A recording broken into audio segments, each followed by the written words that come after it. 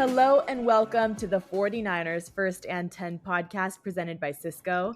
10 minutes of the most up-to-date 49ers news first thing in the morning. I'm your host, Brianna McDonald, and joining me today is 49ers team reporter Lindsay Polares and Buffalo Bills team reporter Maddy Glab. Maddy, thank you so much for joining us. Happy to be on with you guys. All right, faithful. The 49ers are heading to Buffalo in a must-win game. San Francisco enters this matchup at 5-6, while the Bills are riding a 6-game win streak and they're sitting at 9-2, hoping to secure that number one seed in the AFC. So there's a lot on the line here for both teams. First things first, Lindsay, we all saw that tough loss in Green Bay last week with key injuries to Brock Purdy, Trent Williams, and Nick Bosa. How are the 49ers looking to prepare as they face one of the hottest teams in the NFL right now in the Bills? Yeah, the 49ers are hoping for a get right game that is coming later in the season, a galvanizing game, right?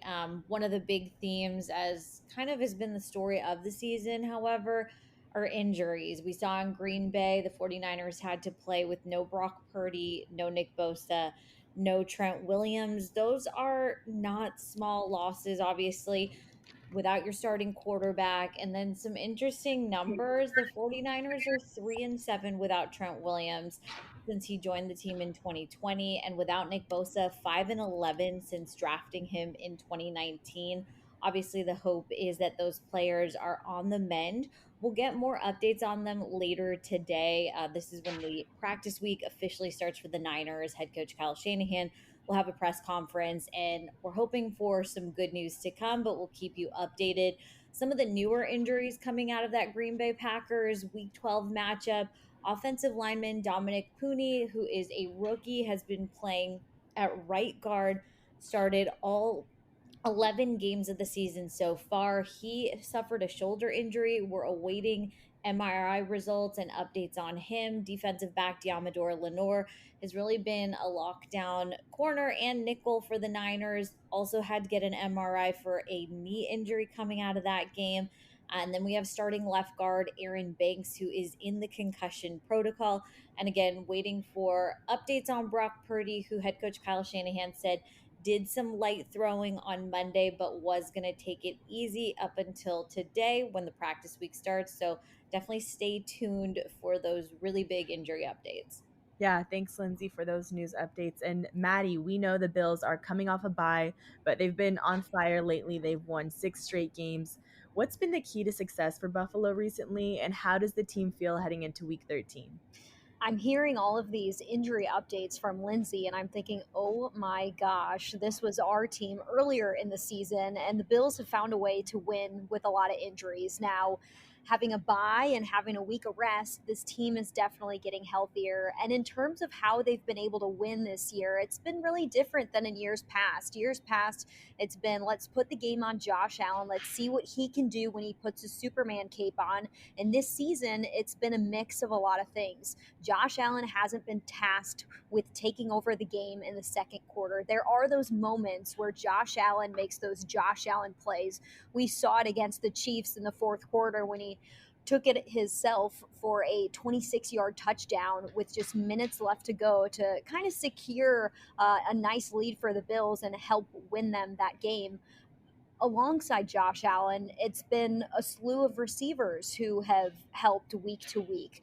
The Bills add Amari Cooper late in the season. He's been a nice addition to this roster. We've had a young wide receiver in Keon Coleman step up and make some big time plays. Now, Coleman has missed the last 2 games with a wrist injury and is limited in today's practice, so not sure if he'll be able to go for Sunday's game against the 49ers.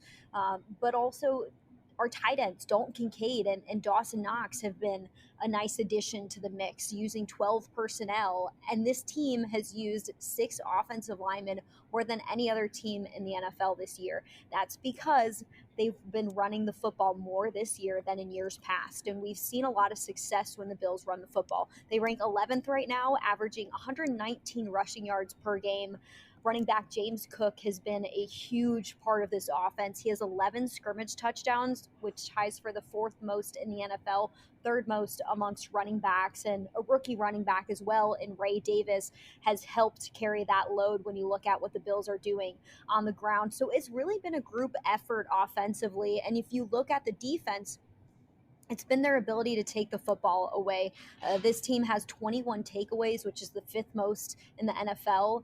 And on offense, the team has been doing a really good job of taking care of the football. So the defense takes it away and the offense takes care of the football. It's resulted in a lot of points for this group as a whole. And the group is playing cohesively together at points throughout the season. We're still waiting for Buffalo to put it all together and be consistent game in, game out, but we've seen it in spurts, and that's really what's helped this team get to 9-2 so far this season, with a chance to clinch the AFC East title with a win over the 49ers, and Miami has to lose against the Packers on Thanksgiving.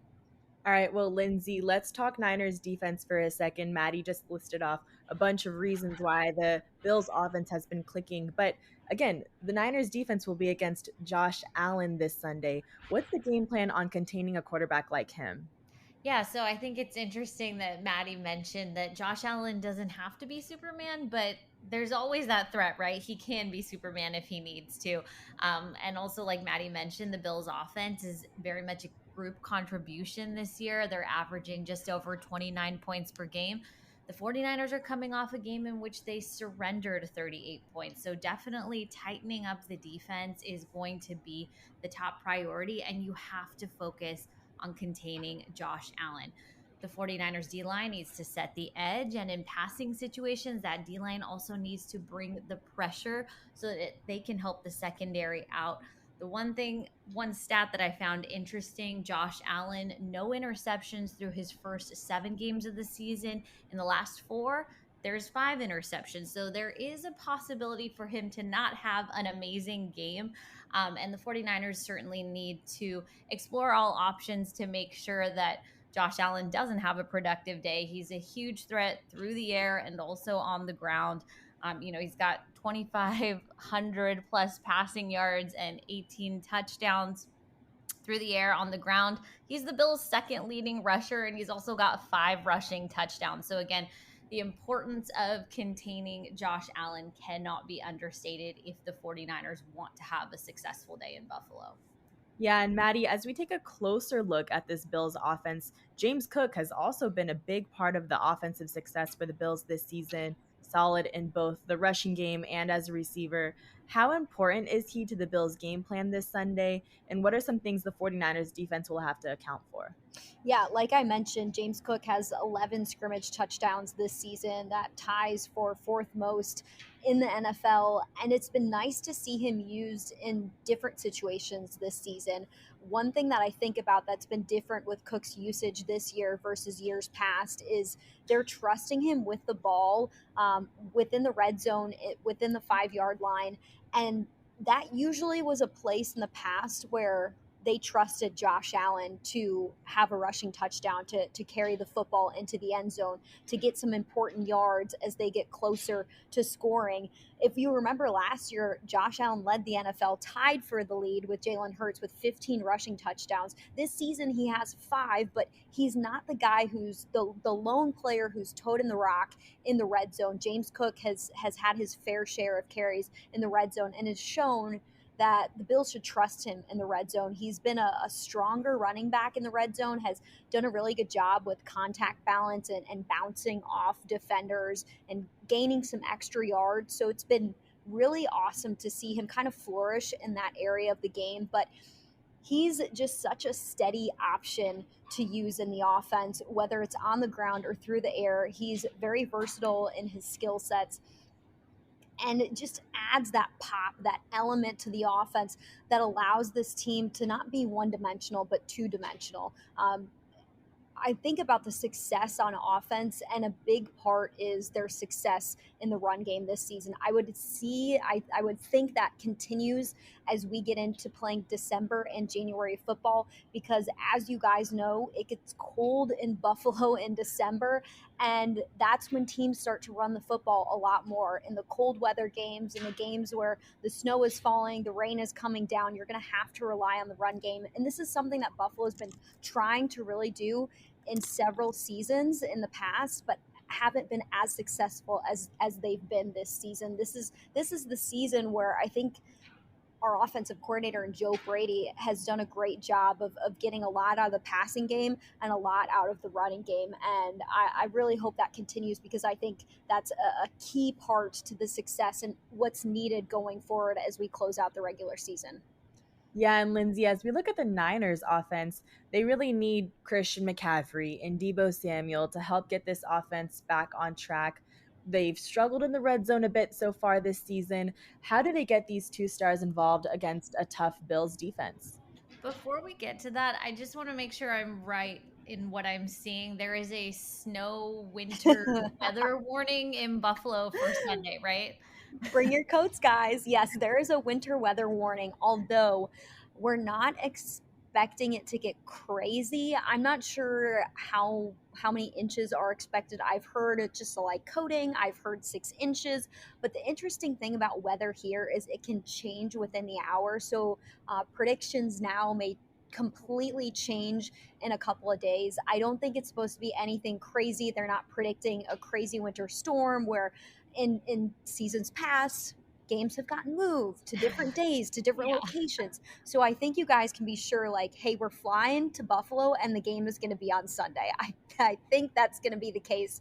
There might be some snow on the ground, some snow in the air, but I don't think it'll be anything that completely changes going up to this game in preparation or come Sunday night football. Okay, good to know. And back to Bree's question. Depending on the weather, like you mentioned, Maddie, if snow starts falling, obviously that makes getting the passing game at its peak a little bit harder. So, yes, the 49ers are going to need a big game out of Christian McCaffrey, really out of the rushing attack in general, coming out of that Green Bay game for CMC. 11 carries, but just 31 yards on the ground. And in terms of the passing game, I think just bigger contributions from a lot more people. George Kittle has really found the most success this season coming out of that Week 12 matchup. 6 catches for 82 yards and a touchdown. And that was the only touchdown that the 49ers had in Week 12. Jawan Jennings contributed 40 yards, usually has a little bit of a bigger day. Christian McCaffrey also getting him involved in the passing game, and Debo Samuel as well. It really does have to be a group effort in order to get this high-powered 49ers offense that everyone has come to know over the past few seasons up and running. I think getting off to a fast start is also really important. And obviously, the question at quarterback is a really big one. Will it be Brock Purdy this week? The hope is, again, that it will be. I think the light throwing on Monday is a promising sign, but it really is a wait and see pattern for San Francisco. Again, more information coming in hopefully just a couple hours, but obviously having Brock Purdy back in the offense completely changes the look. But if not, it could be Brandon Allen once again. So stay tuned on that one. All right. Well, it's one of the biggest games of the week on Sunday Night Football at Highmark Stadium. Thank you, Maddie, for joining us today. And Lindsay, it's always a pleasure. Don't forget to tune in to the 49ers versus Bills game on NBC Sunday at 5:20 p.m. Pacific Time. Subscribe to First and 10 presented by Cisco for all your 49ers updates and turn on the notifications for any breaking news updates. Thanks for tuning in.